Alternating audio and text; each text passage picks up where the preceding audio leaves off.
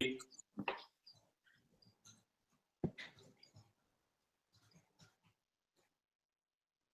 Jim, Yes. did you hear what Zero said to 8? No, but I fear that I'm about to. Nice. 3, 2, 1, go. Well, hello to everybody to WBKN Balkan Radio. No, I'm just kidding. Welcome to the Western Balkans Adventure Travel Webinar Series. This is webinar number 2. We are looking today at partnerships between local and international businesses for different kind of trips throughout the world. Emir, if you will go to slide number 2. To introduce this, we are interested conceptually. I've been interested conceptually in this concept, this for a while, essentially looking at the idea of, for folks in the industry who are involved in this won't be much of a mystery, I don't think. For travelers, I'm guessing this is largely a layer of this travel world that they're probably not that aware of. Essentially, it's one country has a base, one company has a base in a country. The States, for instance, as one of our guests does, a base of clients, let's say, and understands that working with a local operator in a country where they want to lead a trip has great advantages for both the product. It also has advantages for their clients. It works, when it works well, I'm guessing that it's a seamless thing for clients. This session that we are about to start here, and we'll keep this a loose discussion. So I know that webinars at times can be very pedantic and lecture-esque. This is not going to be one of those. This is going to be a discussion between 2 guests who I'll introduce in a moment. We'll investigate the advantages and the challenges of these kinds of partnerships from an operator or agency and facilitator standpoint. And the idea here is to provide fodder and discussion for operators around the world. It's also to do the same thing for the Balkans, where we are, about how this idea of partnership between an international operator or agency and a local agency works. The next slide, please, is a third slide. And just to give some quick props here before we start, this is a series. It's hosted by the Via Donatica Alliance, which is a cross-border tourism collective, travel collective here in the Western Balkans, committed to working together to showcase the region, the Western Balkans, in the best way possible, and to also work on sustainability as a common concept among that group. This webinar is hosted specifically by Balkan Vibe, where the technical aspect is coming out of, and our man manning the controls, Emir Mulebegovic, is presently the wizard behind the switches right now. They're in Sarajevo, as is one of our guests, Chiri Jubair, who is sitting in the middle here. And our other guest is Jim Johnson. He comes to us from the United States, Chattanooga specifically, Tennessee, as we would say in the South, where I'm also from. This series is supported by USAID and the REG project, the Regional Economic Growth Project. Next slide, please, sir. Folks are encouraged, by the way, folks who are checking in, are encouraged to send questions. You'll see a comment section on the page here.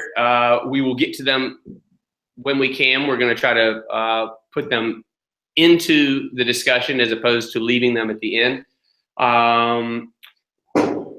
Want to remind that this is a free webinar and is archived, so you can come back to this website, Balkan Vibe, and use it for reference anytime you choose. It's open and free for folks to use as they see fit for entertainment purposes, at parties, whatever it is that you may want to do. Our guests today are both good friends of mine, and I feel very lucky to be able to have friends like this in the business. They also happen to be partnering, as it turns out, with each other this summer for a bike tour that starts in Dubrovnik, Dubrovnik in Croatia, and then goes to Sarajevo in Bosnia and Herzegovina. Chidi joins us from Sarajevo, as I mentioned. He's the managing partner of Green Visions, based in Sarajevo. Jim is the president and founder of biketours.com, an agency that brings clients from the United States and elsewhere to incredible places across the planet by working with operators, and he joins us, as I mentioned, from Chattanooga, Tennessee. I am a journalist by trade. I am, for better or worse, moderating this series. I am in Zagreb, Croatia presently. And we will be with you for the next 6 hours. No, I'm just kidding. We're going to try to keep this to about 30 or 35 minutes, and I will move out of this mode of introduction presently. Can we go to the next slide, if you would? So this should be slide number 5.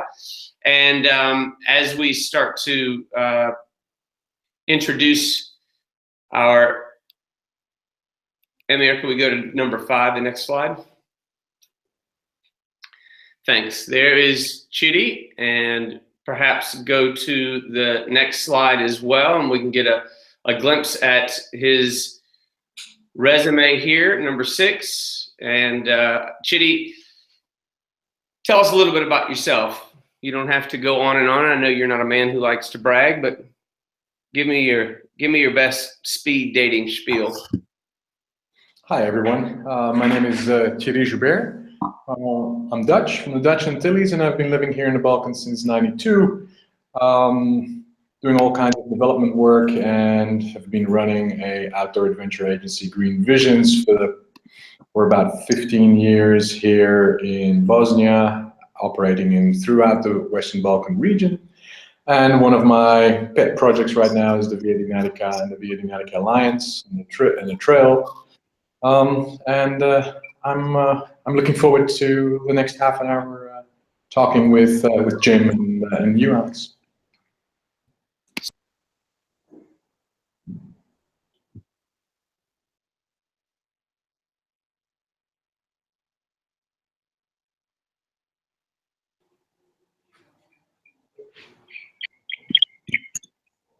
Jim, if we could go to the next slide, number 7, Jim's as well, and if Jim, you would do us the honor of giving us your incredible spiel. We know you've got stuff all over the place.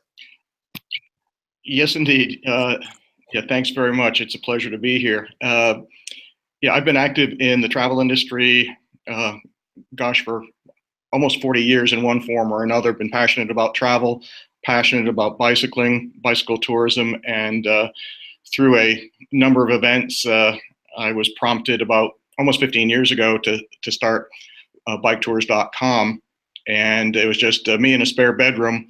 And the first year we had, I think, about 130 clients, and it was just me. And now we have a staff of 8, about 4,000 clients we'll be sending to Europe this year, and working right now with about 70 local bike tour companies all across Europe. And it's a real joy to be working with clients. We like to say that we're not in the bike tour business, we're in the business of helping people's travel dreams come true. And it's also a joy to be working with local companies all across Europe, because as one company said, in some ways, biketours.com is their megaphone to the world. And so we like being that gateway between the consumer and the operator.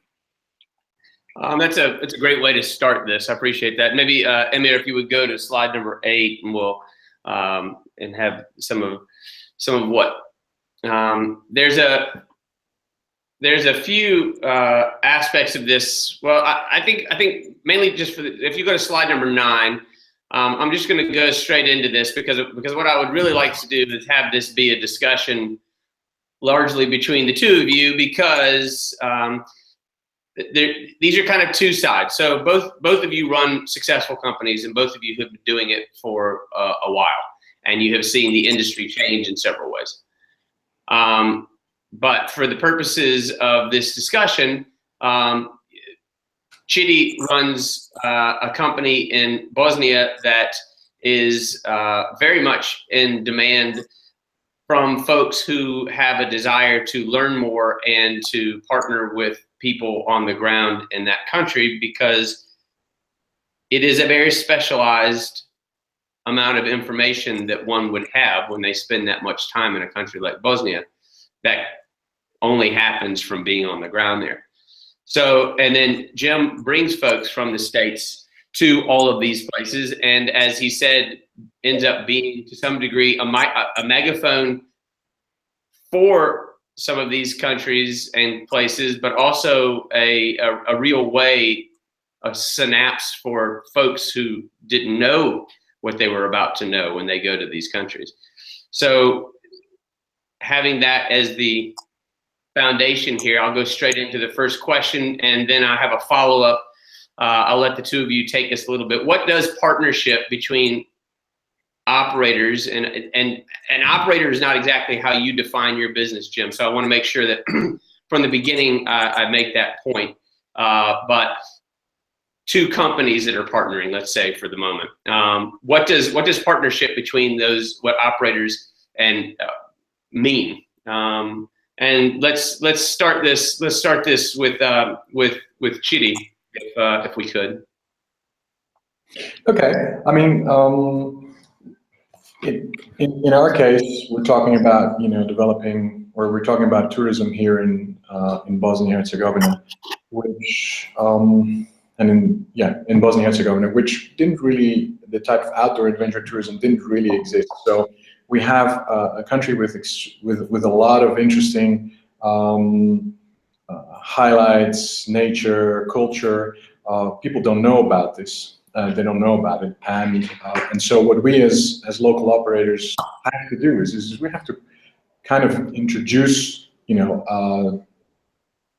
clients, tour operators, other organizations like bike tours to what's going on here in Bosnia, and kind of communicate that we have this incredible resource here, and that's really our one of our challenges. And then that's one side, and the other side is also then we have to turn around and talk to our local partners here.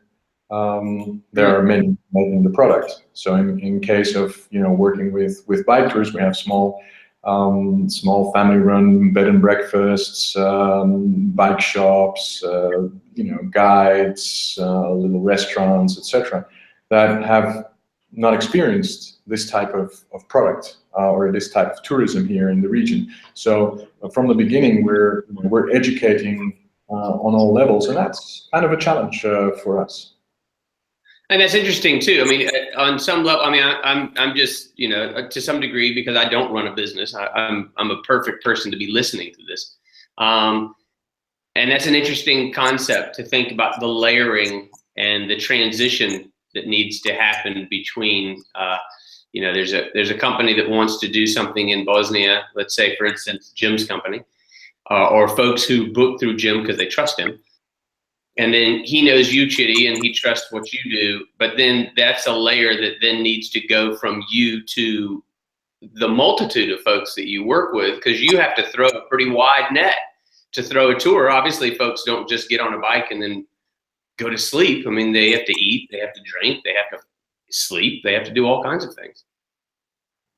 Yeah, and that's really our challenge. And sometimes we have very, we know that it's a great bike ride, or it's a great hike, or a great tour through the region. but there are so many different aspects that come into place before we can even start to offer it. And then obviously when we do offer it, then there's the whole other side to it, can we then also sell it? So, are there clients or guests or people aware of what's going on here, for instance, in the region? So. Well, that just couldn't have been a better segue, Jim. What is the partnership? What does that mean? What does that mean from your end? Well, and is partnership even the right word? I mean, I'm using that because of just my my lack of brain power here. Yeah, partnership, collaboration.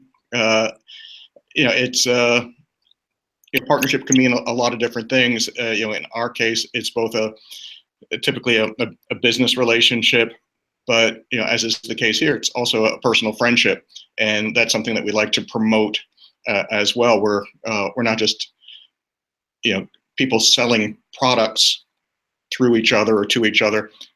This is we're sharing friendships, international and worldwide friendships. And in terms of what these partnerships mean to me and to my company, best way is to look at the origins of my company. Back when I was doing a lot of travel writing, I did most of my research by bike, and my primary area that I was writing about was Europe. And I did not have the confidence to be out there planning and doing everything on my own, but I didn't want to spend thousands and thousands of dollars a week with some of the the big North American companies. And I found these small local European bike tour companies, and they helped me plan my trips, my research trips. And I was at the same time had a job in corporate America, lost that job, and I thought to myself, okay, now I'm age 50, what am I going to do? And what I did was I contacted the small local companies that had been organizing my trips, and I said, hey, do you sell to many Americans? And they all said, no, we don't.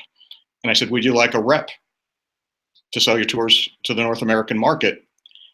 And they all jumped for it.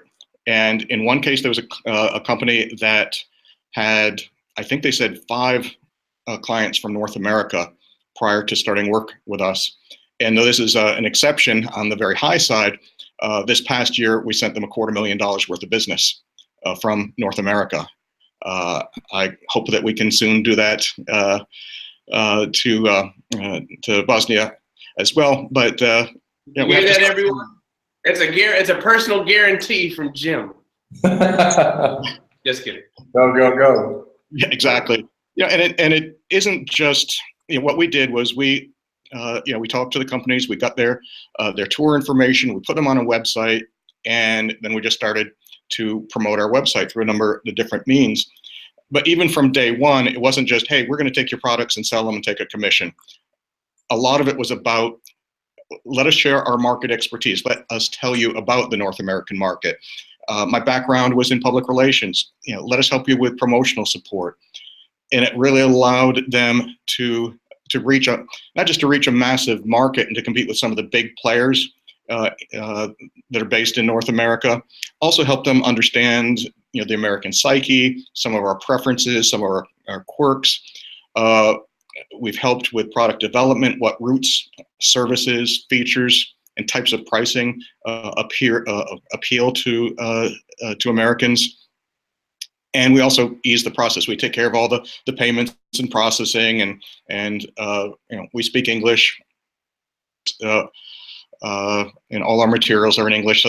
So basically, we created an opportunity for our partners to do a better job reaching the North American market with, in many cases, more appropriate products. And we made it more appropriate and easier for North American clients to access those products that also tend to be dramatically less expensive than they'd otherwise pay. Yeah, if we could go to slide number 10, I think that this is, there we go. These are follow-up questions for Jim, as is clearly stated here. Part of that, we have the top question is something you just basically went over. Please expound on that if you'd like to. But I'll go into the second one this is starting to get into some more conceptual stuff. I can imagine, and we'll go into it a little bit more depth here in a few minutes, why it is good for both, for everyone to have this kind of expertise on the ground. But how does it help the value of your trips to have this kind of cooperation happening, Jim? Yeah, on a number of different levels. First of all, on a cost level, and frequently that's the first thing that a lot of folks will look at due to the economy of scale and a number of factors. The costs that the local European bike tour companies have are lower than the ones that the large North American companies would have. They're also based in Europe, so their expenses are, they're not having to worry about shipping bikes, shipping people. They're not having to worry about massive marketing budgets and executive salaries. So what's nice is we don't mark up any tours. We take the prices of the local operators and we sell at that price to our clients.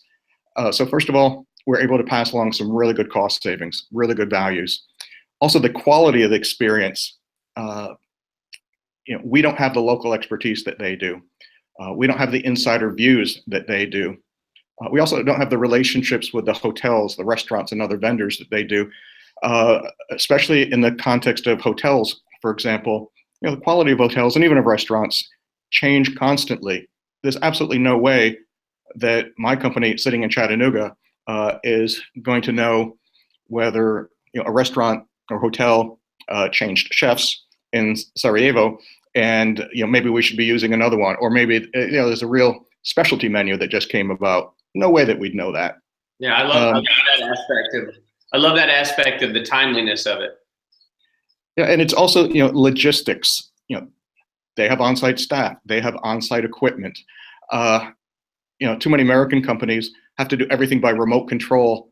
I guess a combination of remote control, faith, and prayer that everything's going to work out okay. Or they spend a lot of money. I'm sorry? You're not running for office, are you? No, thanks. Okay. And another thing that is huge to me and to my company is the whole concept of sustainability. A huge percentage of money that people pay for the high-end bike tours and high-end adventure travel leaves the local market. A concept that I recently heard referred to as leakage. We don't want money to leak out of the local markets. If someone is paying $1,000 for a tour, we want most of that $1,000 to stay local, not come back here. So that's how it helps the value of our trips and our relationship to a great extent. I have here is this question. It seems like a little bit of a throwaway question here, but how do European and American clients differ? I'm not sure that this is applicable to what we were just talking about. But does this concept of working with operators on the ground, let's say in Europe, for instance, does this ease this a little bit? Yeah, it does, and there's also a fun in the bicycle tourism part of the discussion. There's a huge sort of difference and something that's evolved over the last 14 or 15 years. There had been two extremes that North American consumers could deal with if they were going to do a bike tour. They could do it self-contained and plan everything on their own, or they could spend $4,000 or $5,000 a week and go on a high-end, fully guided, fully supported tour. What didn't exist for the most part for North American clients was the whole concept of self-guided tours, which is a very prevalent concept in Europe. And so, we're seeing right now that about 60% of our clients prefer to go the self-guided route. They're more independent, but they have a lot of the support that they would need and suspect as nervous American travelers. So that's really important. It's becoming more recognized, but it's still an education process. Another way that Americans and Europeans tend to differ is Europeans, as is suggested by the the term that they are Europeans, live in Europe. And, so a lot of things that are around Europe and around them, aren't as novel, aren't as unusual to them as to Americans. So, for example, what I've heard from a lot of the European operators is that Europeans, tend to, like to be in, they pay attention to the star category of a hotel. They want something that is, a little modern, upscale, and so on. Whereas Americans, they don't care about the stars. They care about, is it charming? Is it small? Is it family owned? Is it historic? Is it close to a historic center? Can they walk to everything downtown? So that level of authenticity, they want to meet local people. I can't, there was one particular day cycling in Slovenia. I can't tell you pretty much what I saw on that particular day, but I can tell you a lot about a conversation I had with this guy who was 80 plus years old, who came up to us, spoke no English, but was able to get across to us that Americans had liberated his town during World War II. And he said, here I am, just not even born during World War II, and he's saying thank you to me. So the opportunity to interact with local people is huge, whether it is impromptu or set up, such as one company that we work with in Tuscany. On 1 or 2 days of their tour, they have local cyclists cycling with their clients. There's also a difference between European and American clients in that I regret to say that a tendency is for American clients to be much more demanding and want much more flexibility and customization. And that's not to say that therefore European operators need to give into that and accept that. It's more just recognizing cultural differences, and that what might appear to be rude is just that, a cultural difference. That said, there are rude clients, and every now and then we'll drop a client because we don't want to do business with them. But for the most part, it's just a cultural difference. But this is a good point to bring up because it's also taking the scale on the other side. So a local operator like Chidi would work with folks on the ground in Bosnia, and he knows his network of folks that he's been working with for years and has been cultivating relationships with folks for years, so that when folks come over, it seems like this is working smoothly, and it is, but it's working smoothly because they've been working at it for a decade plus. But it's also the other side. So, I mean, we are all from different cultures, and that's made clear to me all the time. And for the most part, our likenesses are much more than our differences. Absolutely. But there are little things for sure. And having a partner come from a place with a certain group of clients is also the layer on that end of the spectrum as well. You understand that somebody who comes from Chattanooga or Atlanta or DC or Indianapolis or wherever is 99% the same as somebody who comes from, Zagreb, Croatia. But there's no way that there's not some cultural difference. Obviously, we grew up in different parts of the world.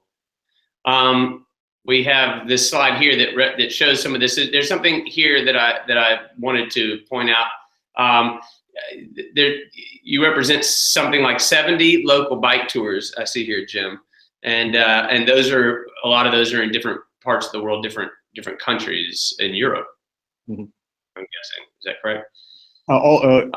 Interestingly, we expanded worldwide for a few years and then decided to return to Europe only. It's it's what we understand and where we've traveled, and that's really important. Know what you're selling. Know, and not just know, but we couldn't be passionate about the rest of the world that we hadn't really been to. We can be passionate about Europe. Yeah, I don't think I apologize. I don't think I realized that you guys were only in Europe. Emir, could we go to the next slide? And then I want to try to play a video that Jim, you have supplied. And these are some of the points that you provided to me Jim, that shows some of the advantages of what this kind of partnership provides between biketours.com and clients. Mhm. And many of these things are ones that you've already mentioned. And then the next one is, Can I just jump in here? I just want to add to what Jim was saying, that I mean, there's obviously there is a difference between working with Italians and Germans and British and Americans, and we are we're right in there, and actually within just even with our training of our guides, we make sure that we sensitize them to their different needs. There's another side to it as well. I mean, I think the market is also very, very broad. So there are people who really want to experience the culture, and then there are other groups that are into more of the sports side of it. So they want to have instead of doing 40 or 50 kilometers a day, they want to do double that. They want to be more on the bike and less exploring the local beekeeper along the way, and the wine, and the some of the cultural aspects. But still very important. At the end of the day, they do want to have that interaction. I think a lot of our clients, I'm seeing more and more of that, and even within the European market, more people also appreciate that local interaction. It's just trying to find the balance for each of the different clients or the companies that, as you said, you're focusing very much on Europe. You're passionate about something, a specific field. And I think for us as local operators, it's always key trying to find out, okay, so what is your unique selling proposition to your clients? What makes what are your clients interested in? And I think those are always the interesting, the important moments. And we try, for instance, for any first trip with whoever, we try and get some of the staff of the local operators to come, of the international operators to come along and to say, hey, you might want to change this a little bit here, or maybe focus more on, this aspect here for our guests. And so we kind of like to tweak it. So, whether we work with, an American company or a British company or various American companies, they all have their own really, their niches and their interests. And I think it's very important, just from a local operator's perspective, to try and find that out, and then try and kind of, I mean, it's an extra cost, but it pays off, I think, from the beginning, just to try and get sales staff or staff or guides even, from that company to come along and to show, to kind of sensitize us to what the clients are looking for. What do you think, Jim, about that? Are you doing stuff like that? Oh, absolutely. In fact, one of our staff just came back from Denmark. Another one just came back from Greece. Another two or 3 weeks from now, I'm heading to Bulgaria and Greece. First of 3 trips I'll be doing. Everyone on our tour advisor staff spends about 2 weeks a year on bicycle tours somewhere in Europe, and not just our tour advisors, some of the management team as well, so that it doesn't become something that's just conceptual. It's where they can get the passion. And also, of course, when you are having client contact, people can hear it in your voice, whether it's your verbal voice or your written voice, when you've been somewhere versus when you haven't. And so I think it's really important, to have that experience on all levels. That's a great question, Chitty, and that's for a different discussion for us to talk about what are the different idiosyncrasies of the different people across the planet. I'm guessing that took a couple of years, Chitty, both of you, to be able to zero in on. I mean, that's an added nuance to a company to be wise enough to not just be thinking about, hey, we need to run a tour correctly, but hey, we also need to be sensitive to these little idiosyncrasies that exist among different cultures. Yeah, and something that is a another thing that we like about working with European operators is that when our clients go on a tour, they're not surrounded by a sort of a bubble of Americans. Even before they get out into whatever they are seeing, they are with other clients who are from all over the world. So on a given tour, there may be people from Italy, Germany, Canada, US, and so on. So it's I'm often amazed at sometimes the balancing acts that guides have to play in terms of sort of understanding the differences between the cultures and keeping everyone as everyone not just happy, but everyone as fulfilled as possible with the experiences they're getting. The old American bubble. Yes. I'm not sure if that's an album or a weird travel movie. But here's a video that from a tour that Jim took with a crew in Romania, if I'm not mistaken. That's correct. And let's see if we have some, because this starts to represent some of the concepts here.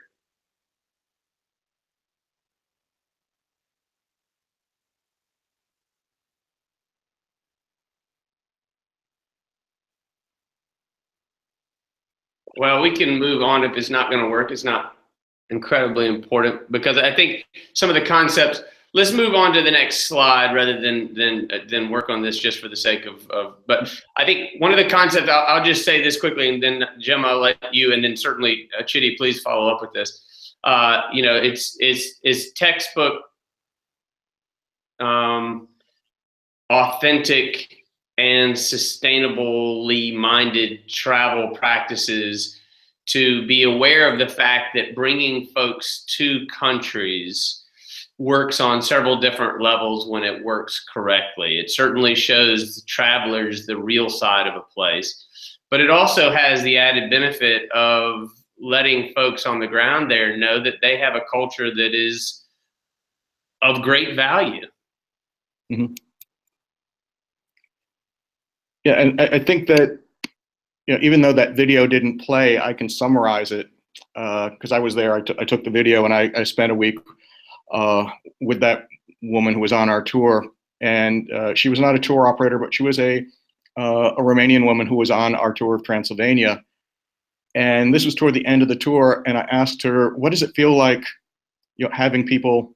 And it was primarily Americans who were on the tour. I said, "What does it feel like to be able to have people from the United States, primarily in this case, experience your culture?" And she just started beaming. She was so excited, just hearing all the things that we had to say about her country. And she was so proud to be showing us things. She wasn't the guide. This was her country. And I think that is one of the really important elements of any kind of tourism, but especially this kind of tourism, the slow tourism, where you get that type of interaction. In another video that I didn't share with you, one of the guides, again, he was just beaming, and he said, not only is it great to be able to show off our country to people from outside, but in the case of these little farming villages in Transylvania, tourism is saving them. These villages that were decaying, slow tourism is bringing them back. So it becomes very personal, and this is the type of experience that I think is more apt to happen when we're working with a local operator, because they know where to bring us, where those interactions can take place, and they also are from where we're touring. So that might be slightly off question. No, but it's not. It's perfect. What I also like about that is, I mean, if you go to the next slide, number 15, I have a feeling that this this probably won't play either, but I'll summarize it a little bit. And it was good because it did. Well, let's see. Yeah. Let's not do that. Let's move to the next slide. But what I was going to say about this is essentially what you were just saying, Jim. It's a combination of what you were saying. Because this woman, who happens to be from Atlanta, if we can just go to slide number 16, Emily, that'd be great. This woman who happens to be from Atlanta, as it turns out, which is also my hometown, just about tears up at the end of it. Mm-hmm. And you can tell that this was after a couple of days, of course, of being there. She had learned a little bit about the culture, and it had certainly struck a chord. The next question that I have here for the two of you is, and this may be especially for folks who are in the region who run companies that are trying to find their way. Tourism operators, adventure travel operators. This may be a slightly more elusive question: is why would folks work together? But more importantly, how do you find each other? So,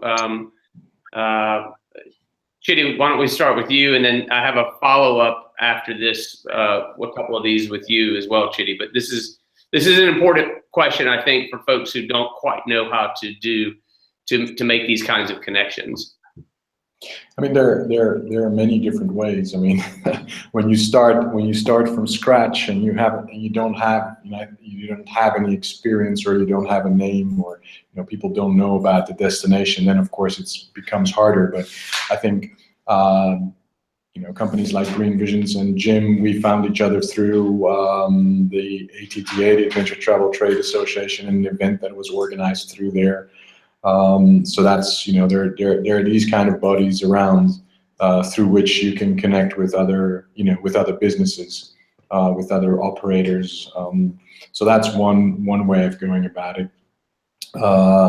Other ways in which we as a local operator have been successful is through trade fairs. So various fairs around the world. Some are very specific. Cycling based, but others are more outdoor adventure based. But that's a way of meeting operators from all over the world. So we've significantly invested in going abroad to like the ITB in Berlin, in Asia, the Dutch market, German market. I mean, you can't focus on everything, but that's one way. Another way that we are doing it is through the Vietnamic Alliance.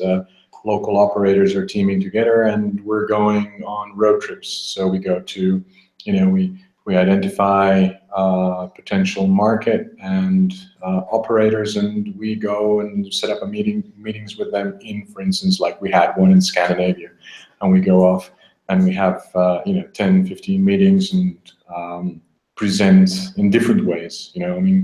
That's one way. Another way is through.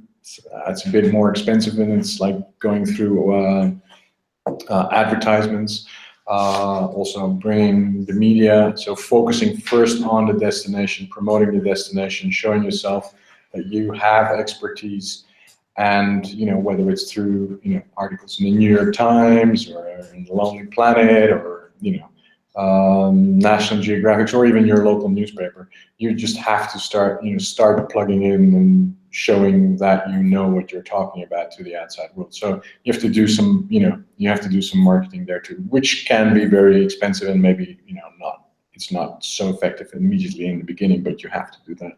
And then there's always companies, international companies that are looking for new products, maybe a little bit more out there, and they contact you, and then you grab that. So I think that's how this is kind of my suggestion to local operators on how to go about it. And there's probably a million other ways, but this is what's been successful for us here in Boston. Well, that's a good transition there for Jim with regard to folks come and find you guys, Chitty. How does this process work? I know that you had a long time as a travel writer previously, but how does this process work for you generally, Jim?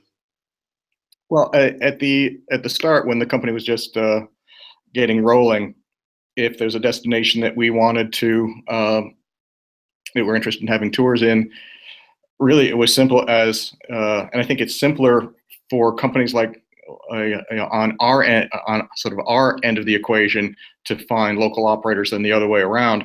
because all we need to do is type in bicycle tours Bosnia or bicycle tours Bavaria or bicycle tours whatever, and the internet would do its magic, and we find all sorts of opportunities. It doesn't mean that we just go ahead and just pick the one that had the #1 listing, but at least it was easier for us to do that first level of research. Then we make contact and so on. If that didn't work, then we would frequently go to national tourist offices, local tourist offices, and so on, which we would go to as part of the vetting process anyhow, but sometimes that's where we ended up starting.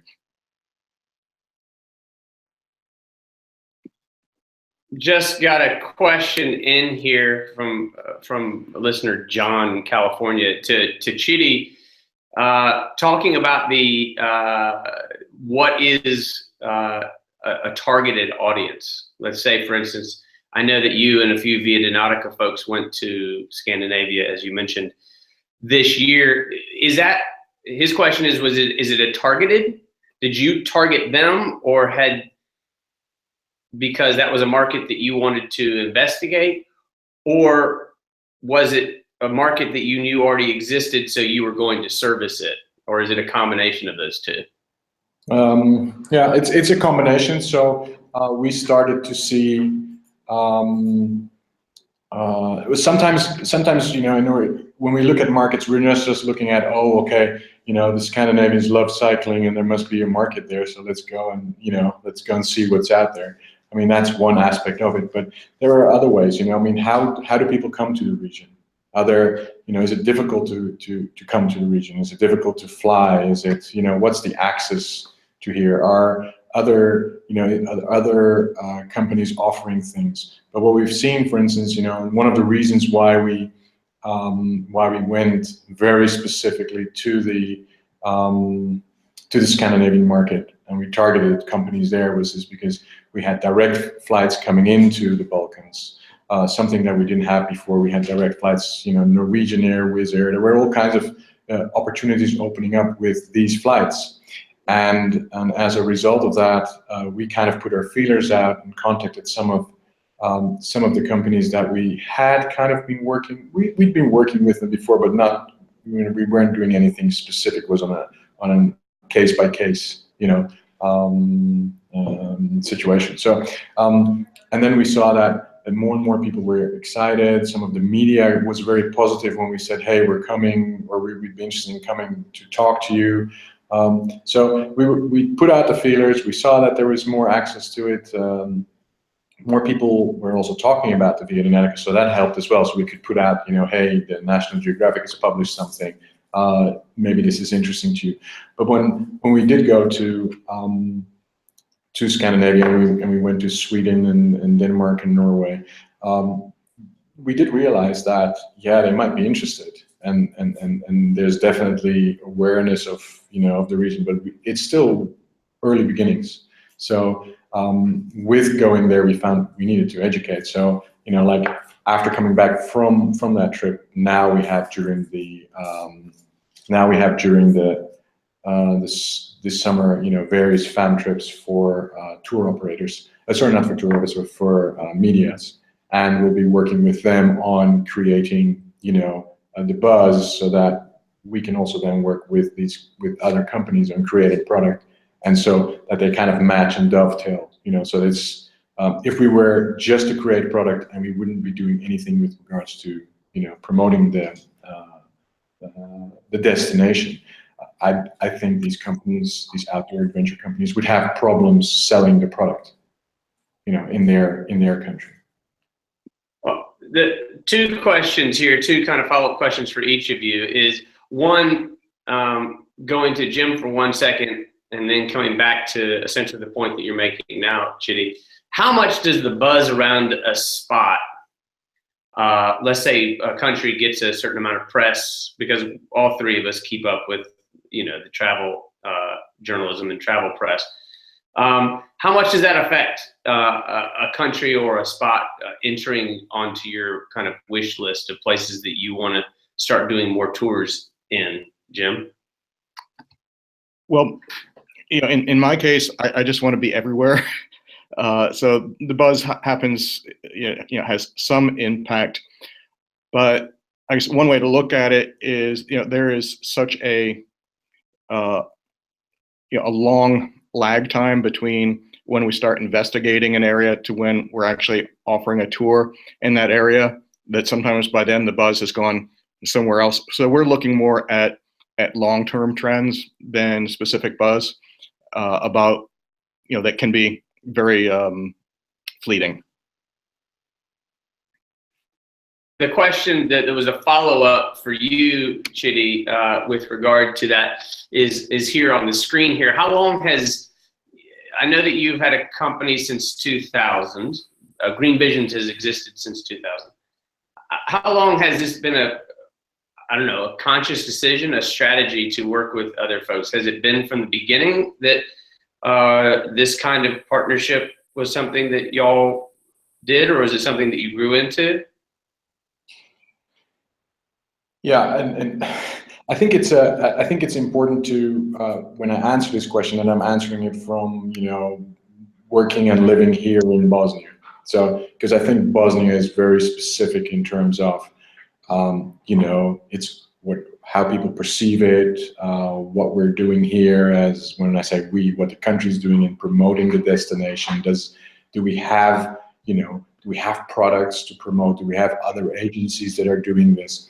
So I think, to answer that question, I think it's very, you can't just copy paste it and say, okay, this goes also for Croatia or for Montenegro or for Slovenia. They have their own bit. But what I know from our side, set up the company in 2000, starting to promote the destination, run trips immediately. But it took us a good 4 years to get to work with operators, with international operators, international partners. And that had to do with the image of the country, what we had to go through, the type of products that the international companies were interested, or operators were interested, or the clients were looking for certain things that we couldn't offer. So we couldn't offer certain accommodation in the mountains that opened up, only 3 years later. So no accommodation in the mountains. We really couldn't run any tours there, and we had great ideas, but we just weren't able to offer that type of activity. So I think within Bosnia-Herzegovina for now, working with tour operators, same thing. We have some products that are just only Bosnia, but most of our products include, like in Jim's product, there's a Dubrovnik, there's a catch there. There's something that people they know about. They know a lot about Dubrovnik. They know a lot about Croatia. They are interested in going to Bosnia, but they want to see some of the maybe some of these combinations. So some of our best tours ourselves, and we had to figure this out over time. They're not heavy on Bosnia. There's a mix: Croatia, Montenegro, Bosnia. Maybe there's Croatia with the Vijedinatica. There's Bosnia, Croatia, and Slovenia. So that mix is becoming very, very interesting, and that is also one way of for us selling our tours. So we had, over time this has evolved. So we're talking about 16 years now. And from starting with day trips to multi-day trips, getting our first partnerships going, international partnerships in Bosnia, we realized we needed to, just diversify a little bit more in terms of, which areas are we focusing on. And then, now the partnership with the Vijedinatica is really working out well, because, we can actually package these tours in such a way that there are more countries in the mix, and that's what people are looking for. But now I'm talking about Bosnia, because selling Bosnia by its own is a challenge, and it's a small market. Well, Emir, if you would go to number 19, I'm going to do a couple things here. I want to make mention of something while we're in the middle of this. One is I really do encourage folks who are interested in this subject, which is pretty key to a lot of the stuff that we do in the industry, to come back and make sure that they look at this archive. There's 3 videos on here. We're going to bypass all of them. Largely, they'll work perfectly for the archive purposes.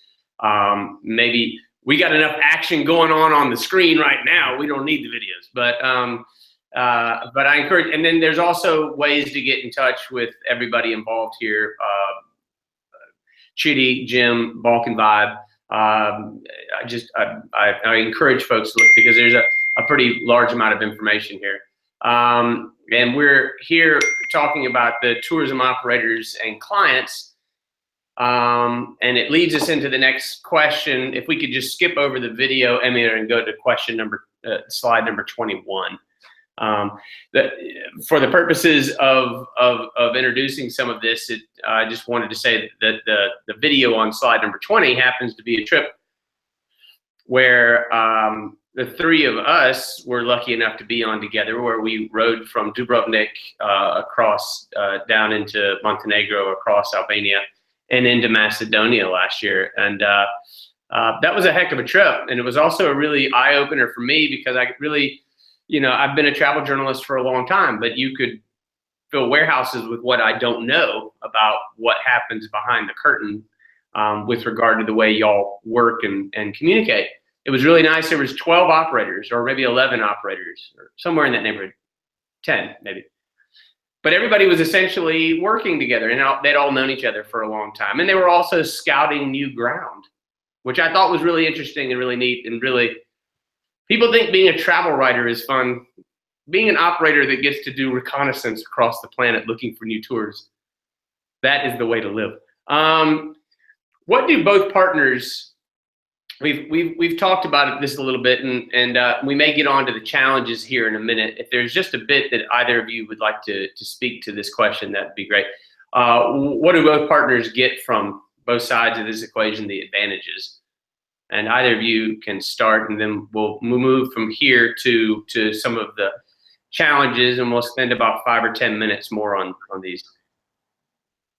Yeah, I guess we've talked about it a little bit, but sort of to state it more succinctly, as far as advantage we get for our clients, it's lower cost, broader tour offerings, and overall better experience. And as far as advantage to our partners, expanded markets, better market understanding, increased revenue for them. And so those are basically the two directions. So the clients and partners, and as far as for us, everything is an advantage because we don't have any tours. The operators create our product. Yeah, I mean, from our perspective, some of the interesting things here are, we're by teaming up with companies and organizations like Bike Tours.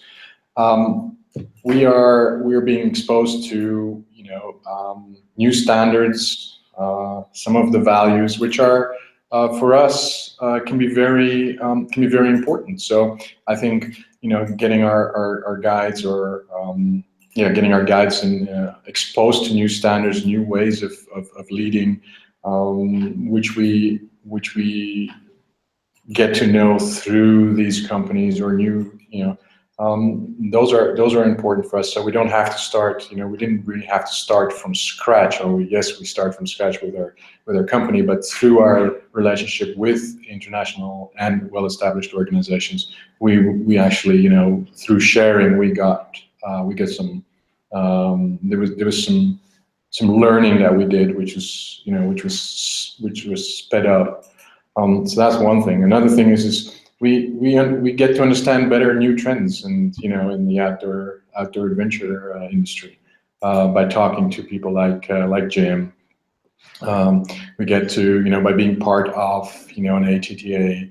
We really see what's going on through their newsletters, through the emails that we have, and the discussion about how to best adjust certain parts of trips. So we're becoming more knowledgeable about markets, international markets. And then there's the obvious one, we get access to markets which we didn't have, or it would be difficult for places like Bosnia to have, and companies that are working in Bosnia to have access on.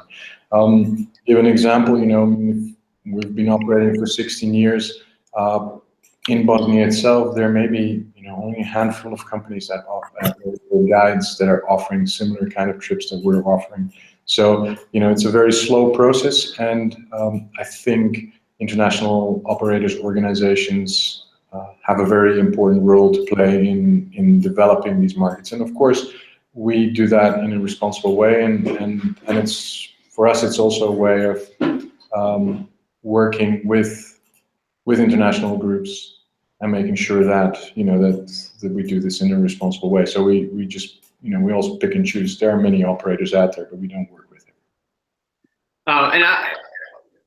If we could skip to slide 23, I want to follow up a little bit on that, Chitty, though, because it's very interesting. Yeah, it's nice to have access to the market for sure, but of course, the balance that you're providing is that you're also helping to create the market by actually having the product. I mean, having a very hands-on, authentic product. So yeah, it's great to have the market, but of course, you're also helping to create the product.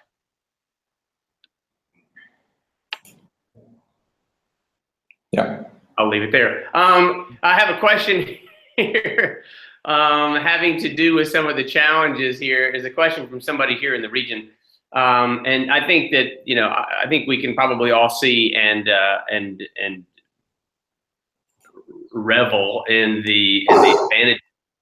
From a practical standpoint, there are some things that folks need to think about, and maybe this one goes to you, Jim. It has to do with what are some of the requirements that are necessary? If we go to number 24, Emil, what are some of the requirements that operators here in the Balkans or other places, it doesn't have to be the Balkans, need to think about? I mean, are there insurance requirements that you need to have them have? Is there certain kind of certifications? I mean, what are the practicalities here? There are a number. First of all, we require that a company has been in business for a while, and not just in business, but offering multi-day bicycle tours for at least 2 years. They have to offer fixed itineraries for at least 1 season, and be able to provide client feedback, on a tour that we're going to be offering. We do require that they have liability insurance, that they have financial insolvency insurance, just in case a company goes out of business, our clients are not left losing money. If there is a licensing authority, either regional or national, that requires any licenses, that they have those licenses, and some practical things as well. For instance, and this pertains greatly or more so to the self-guided tours. Let's say if they have a service hotline that clients can call if there are issues, that it's staffed by someone who speaks English. And it's also that any tour documentation that is handed out, cue sheets, information about the tour, that be in English. So there are some sort of quantitative pieces of it and some qualitative as well.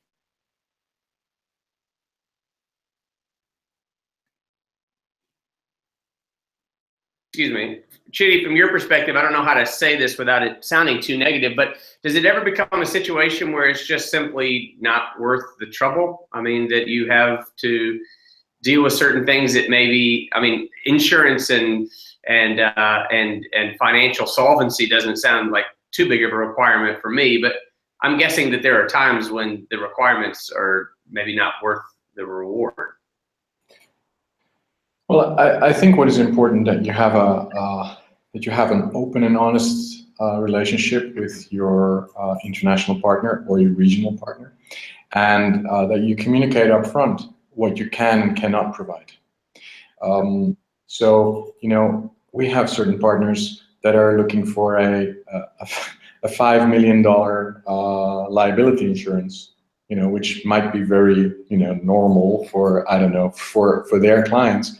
But if I go to my insurance company here in Bosnia and I say, can you provide me with the 5 million?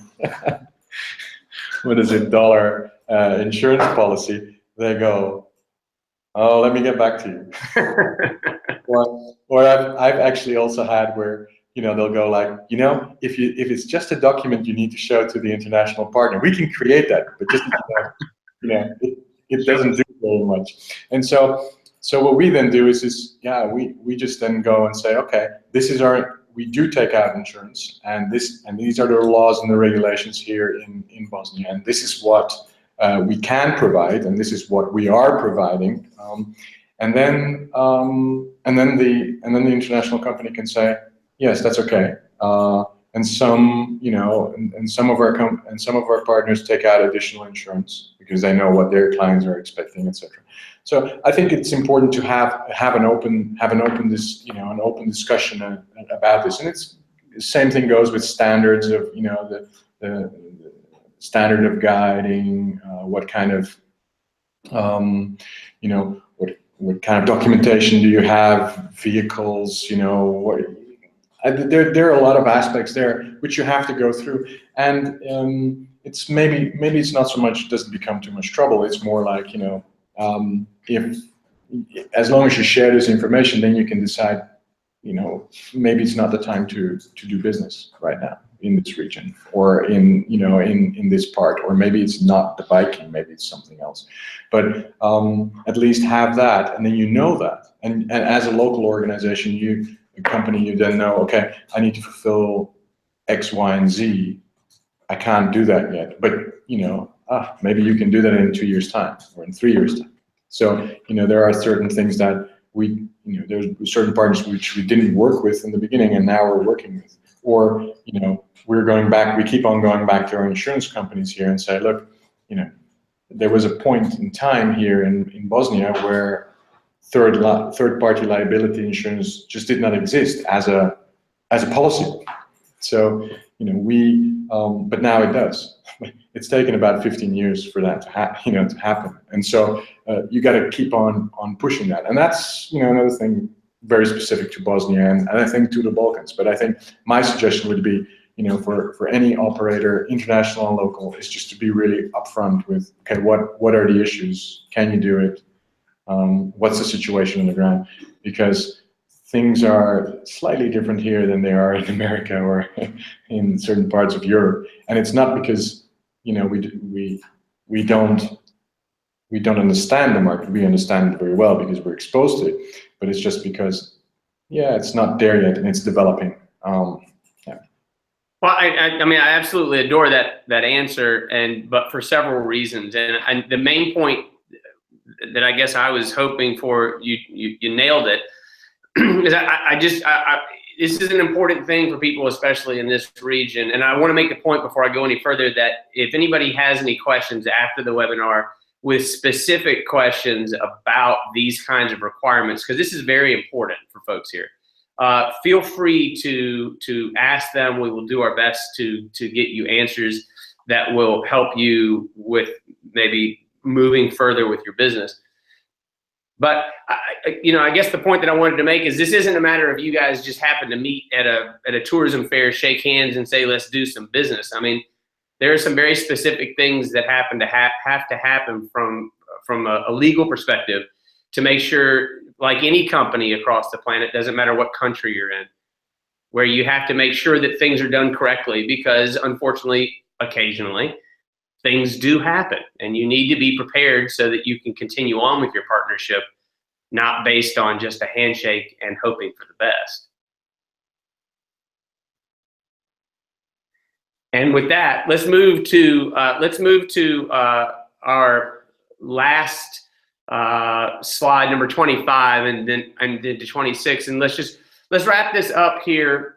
I just want to say also, this has been really great. I mean, this has gone by very quickly, and the reason is because I find this personally fascinating, because this is really the next layer of tourism and travel that most folks don't understand why it is that their trips that they have booked and they've spent their vacation money to take, why they work out so well. It's not luck that these things work out well. It's through a lot of time and a lot of planning and a lot of partnerships that know both sides of the market and have created a seamless product so that folks get to have those dream vacations. Maybe a statement from both of you about how this, in a positive way, benefits travelers. Because in the end, that's really for everybody, whether you're a travel writer or an operator or an agency or whoever. In the end, that's who we rely on, is folks being satisfied to some degree. And Jim, if you want to start us up, and then Chidi, and then we'll say sayonara. Yeah, I would say there are a number of different ways that travelers benefit from the various partnerships that we're involved with. First of all, they're getting the benefit of knowledgeable local staff, local guides, just the entire local nature of it. As I'd mentioned before, costs tend to be lower, so the real values that they're experiencing. The local operators tend to have some fairly broad tour portfolios, so we have a lot of choice that we can offer to our clients because of our partnerships. Often it also translates into more frequent departures because our partners are local, so they're able to have more tours. The on-the-ground support that is right there if any issues come up. I mentioned before about the bubble of Americans, so there's more of an international clientele that our clients can engage with. And I think also from a feel-good perspective, which is important, our clients come back from their tours feeling that they've had an authentic experience, but also looking at the sustainability of the tour. They know that because we keep communicating, we keep them informed that, again, the money that they have spent on this dream tour, this dream trip, for the most part, it's staying there. It is having a long-term impact on this place where they just spent a week of their lives. Their financial investment in their tour, in their travel, it's got to have a long-term impact on that area. Maybe not just a handful of dollars, but cumulatively can make a huge difference. And I think especially in some areas that are emerging as tourism destinations for especially for the American market, it's really important to see money stay there and help stabilize economies and help really contribute to people's livelihoods. I don't know that point can be made strongly enough. I mean, that is really the crux of the matter here, I think. Yes. Chidi, how have you seen that take hold, and what's your thoughts on this? Yeah, I mean, I couldn't have said it better than Jim. Well done, Jim, for going first. I think this is it. I mean, it's like you create the partnership.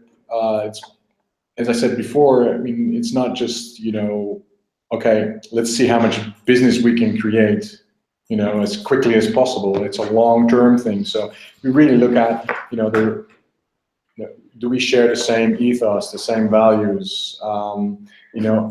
Can we through this partnership extend our responsible tourism, policy, and can we help develop the communities, the mountain communities around here in Bosnia in a responsible way without just depleting it? And I think through that, through these kind of partnerships, we get the right, I would say, we get guests who are really interested in this. They value this. They want to experience these communities and villages and want to know more about it, but they want to do it in a responsible way. They want to know that what they're signing up to is, it's done in a positive way, and it has long-term effects, positive effects.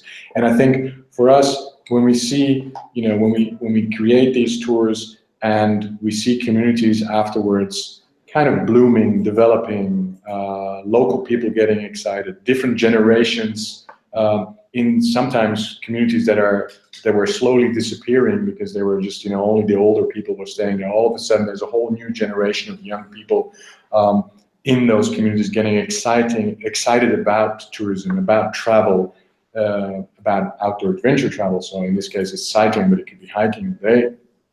We see these communities just, yeah, you see people in the communities getting really excited about this type of, I would say, this type of economic development. And you know, we've been involved in a lot of projects, and we keep on being involved in projects. But a lot of times, it's that connection between us as local tour operator with organizations like Bike Tours that drives the type of guests that all these projects are talking about. You know, oh, we need to be sustainable, sustainable, sustainable. But they don't know. You know, it's more like I would say a term. You know, everything it needs to be sustainable. But this is actually the sustainability. What is it? Meat to the bone. You know, it's like here what we're doing is we're bringing people who want to go, who want to understand, who want to contribute in a positive way. And it's almost, yeah, it's this it's this slide, the win-win. You know, we're all in it together, and we're developing some. You know, we're making sure that, especially here in Bosnia, and it could be in other parts. You know, we're talking about off the beaten path places, not only, but you know, and especially in the Balkans, we really contribute, and the partnership is something, you know, that we really think as a group. So clients, tour operators, international, local communities all come together, and in the long run, it really has a responsible, positive impact. Yeah, yeah. Alex, I'd like to just jump in and say one other thing, because this triggered some thoughts. You know, within this triangle here, the local community, you know, should be in the heart of the blue, because really the tour operators, mine, and the clients, it all impacts the local people. And what really hit home for me was last August on a tour in Transylvania. Our guide, after we'd been riding our bikes through these remote farm villages, he said, "Have you noticed at all how old the children are in these towns that we've been riding through?" And he realized that they were all about 8 years old or younger. And he said, "Do you know why that is?"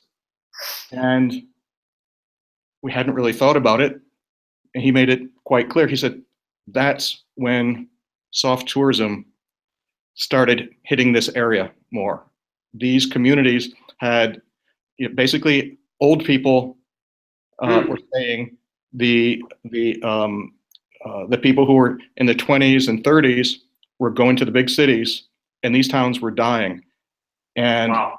and you know, in bicycle tourism, overall soft tourism, hiking, and so on, what that did was it kept the 20-year-olds, 30-year-olds, and 40-year-olds there, or brought them back, and they started saying, "Okay, this is someplace I want to live and stay and raise my children, so that there can be future generations in this town, as opposed to one village after another dying out." So, you know, what we do in our type of tourism has a dramatic impact on the future of keeping places alive around the planet. And at the same time, you know, if our tourism were in the form of 40-passenger buses, yeah, maybe we might keep the economies going well, but we would be destroying the sense of place. So we do two things. We keep the economies going, and we sustain the sense of place rather than destroy it. So that's where I see the local community, the local towns, and so on. They should be in the heart of that triangle. Yeah. Yeah, perfect point, and a great point, I think, to end on with, because none of the points of those triangle exist, of course, without the places that we need to visit, that we want to visit, that we're not going there to go see the same fast food restaurant that we see in our hometowns. We're going there to see what these folks offer that is singular to the world.